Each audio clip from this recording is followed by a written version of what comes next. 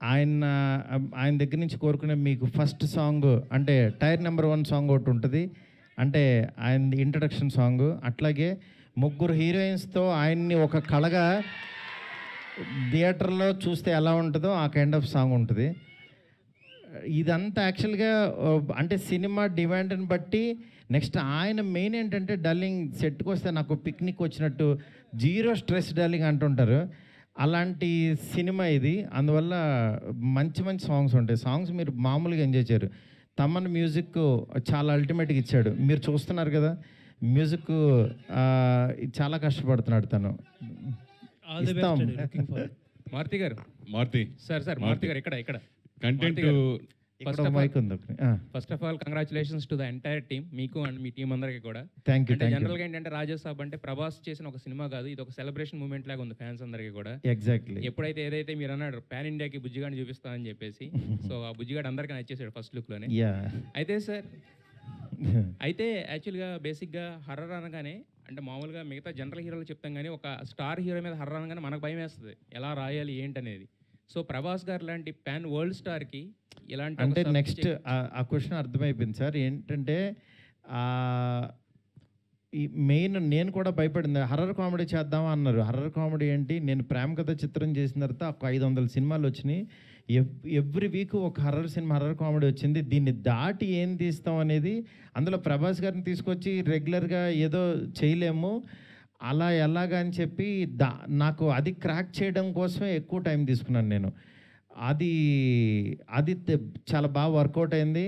ఆయనకి మీరు కూడా ఒక బిగ్ స్టార్ వచ్చి అంటే ఒక హాలీవుడ్ సినిమా చూస్తే ఎలా ఉంటుందో అలా ఉంటుంది. ఎట్ ద సేమ్ టైం మన ఒక తణుకు తాడేపల్లిగూడ ఇలాంటి ఒక భీమవరం నుంచి వెళ్ళిన ఒక పర్సను అక్కడికి వెళ్తే ఎలా ఉంటుంది అంటే అంత విజువల్, అంత గ్రాండర్, అంత అన్ని కుదిరిని. యా మారుతి గారు, ఇందులో హర్రర్, కామెడీ, రొమాన్స్ ఈ 3 ఉన్నాయి. ప్రభాస్ గారితో ఈ 3టితో ఎలా బ్యాలెన్స్ చేశారు సార్ అసలుకి?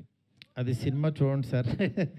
ఎందుకంటే బ్యాలెన్స్ చేస్తూ చేశాను కాబట్టి యాక్చువల్గా అది ట్రైలర్ అనేది బాగా ఎంజాయ్ చేశాడు.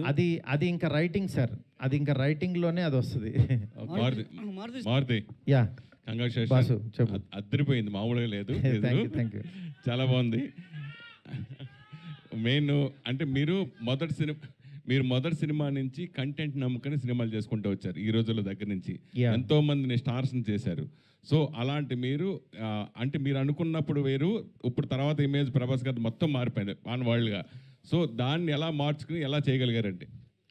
మార్చుకుని అంటే ఫస్ట్ నేను మారాలి. బిఫోర్ ఆయన దగ్గరికి వెళ్ళేటప్పుడు నన్ను నేను మార్చుకుని ఆయన దగ్గరికి వెళ్ళాను. మెయిన్ నా ఇంటెన్షన్ ఏంటంటే ప్రభాస్ గారిలో యాక్చువల్ యాజ్ ఏ ఆయన టైమింగు, ఆయన అభిమానించే ఒక ఫ్యాన్ ఫీలింగ్ ఉంటుంది కదా, ఇలాంటి ప్రభాస్ని చూస్తే బాగుంటుంది, ఇలా వస్తే బాగుంటుంది, ఆయన ఇలాగా మన మధ్యన మనిషిలాగా ఆయన మాట్లాడేవాళ్ళు, అందులో ఆ ప్రభాసం చూడాలని ఆ క్రేవింగ్తో రాసింది ఈ సినిమా.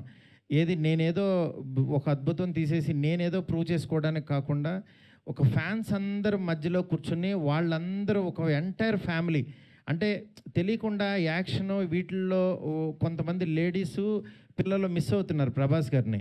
నాకేంటంటే వాళ్ళందరూ కూడా ఎంటైర్ ఫ్యామిలీ కూర్చుని త్రూ అవుట్ కంట్రీలో చూడాలి ఆయన సినిమా అని చెప్పి అంత జాగ్రత్త తీసుకుని రాసిన సినిమా ఇది. ఇంతకుముందు వచ్చిన ప్రభాస్ సినిమాలకి రాజా సాబ్కి డెఫినెట్గా 100% డిఫరెంట్ ప్రభాస్ని మనం చూడబోతున్నాం, గ్యారంటీ, విత్ ఫ్యామిలీ తోటి. కానీ ఇంతకుముందు ఉన్న మారుతి ఆఫ్టర్ రాజా సాబ్ చేంజ్ అయ్యే అవకాశం ఉంటుందా ఫర్దర్గా యాజ్ ఎ డైరెక్టర్? అది టీజర్ చెప్తుంది కదా, మారే అందుకోసం అనిపించి అడిగాక వచ్చింది. డెఫినెట్గా ప్రసాద్ గారు మారుతి సాబ్ ఒకసారి రైట్ ఇచ్చుకోండి. మారుతి సాబ్ ఒక్కసారి రైట్ ఇచ్చి చూడండి. సార్ ప్రసాద్ గారు felt very happy watching the teaser. 5 languages వేసారు, కాన్ఫెట్టి పడుతుంది, తుడుచుకోవడం మర్చిపోయాను నేను 5 లాంగ్వేజ్ చూస్తున్నంతసేపు. అది అయిపోయాక అనిపించింది అయిపోయిందా అని. I felt very very happy. Thank you sir. ఒకటి అనిపించింది ఏంటంటే లుక్, ఫీల్, మ్యూజిక్ అన్నీ కూడా వరల్డ్ క్లాస్ ఉన్నాయి. కానీ ఇక్కడ 5 లాంగ్వేజెస్ రిలీజ్ చేస్తున్నారు. Why are not pitching at English sir? Why English audience ఎందుకు చూడకూడదు ఈ సినిమాని? ఇది 3.5 hours అంటే కూర్చోలేరు సార్ అందులో.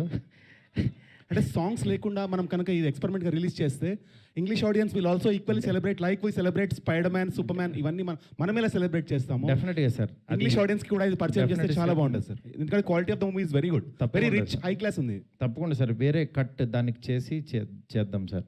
అన్వర్ మారుతి గారు గారు ఇక్కడ మారుతి గారు రైట్ సైడ్. ఒకసారి అన్వర్ గారితో మాట్లాడేసి. చాలా రోజుల క్రితం టీజర్ చూసా, మీరు టీజర్ చూపించారు. అవును అప్పుడే అనిపించింది ఇది ప్రభాస్ ఫ్యాన్స్ పండగ చేసుకుంటారని. అవును కానీ దానికి 100 రెట్లు ఎక్కువ కనిపించింది ఇప్పుడు screen మీద థ్యాంక్ యూ. చూసినప్పుడు. అదే సార్ అలా డెవలప్ అవుతూ ఉంటుంది కదా. థ్యాంక్ యూ అన్వర్ గారు. చివరిలో ఒక ముసల్ షాట్ చూపించారు నాకు అప్పుడు. అవును. ఫ్యాన్స్ కోసం దాచారా? దాచడం ఏం లేదు సార్, ఇంకా చాలా ఉన్నాయి సార్. అంటే ఇంకా ఇప్పుడు మీకు ఇంకా బెస్ట్ చూసినట్టు అనిపించింది కదా. అవునవును. అంతే క్లైమాక్స్ కూడా ది బెస్ట్ ఉంటుందని చెప్తున్నారు. ప్రభాస్ అవును కూడా సార్. చాలా ఎక్సైట్ అయ్యారంట క్లైమాక్స్ గురించి. అవును సార్. ఆ క్లైమాక్స్ ఆ 40 minutes కానీ ఎలా ఉండబోతుంది? అవన్నీ మనం ఒకసారి ఫ్రీగా కూర్చొని మాట్లాడుకుందాం సార్. నేషనల్ మీడియా ఉన్నారు ఇక్కడ, తెలుగు మాట్లాడుకుంటే పాపం కన్ఫ్యూజ్ అవుతుంటారు. సార్ రాజాసాబ్ పార్ట్ 2 ఉంటుందని. పార్ట్ 2 సినిమా అయిపోయిన తర్వాత చూద్దాం. ఎస్కేన్ గారు మీరు గుర్తుపెట్టుకోండి, పార్ట్ 2 అంటే నేను దీంట్లోంచి మాత్రం లాగి మీకు ఏదో ఫోర్స్డ్గా అయితే రుద్దను. Don't worry. మార్తి గారు ఎస్కేన్ గారు ఆ క్లారిటీ నాకు ఉంది, ఎస్కేన్ గారు హీరో గారికి ఉంది. మిమ్మల్ని ఫోర్స్డ్గా ఏ సినిమా చెయ్యం. మార్తి గారు సార్. మార్తి గారు ఇక్కడ మార్తి గారు హాయ్ అండి.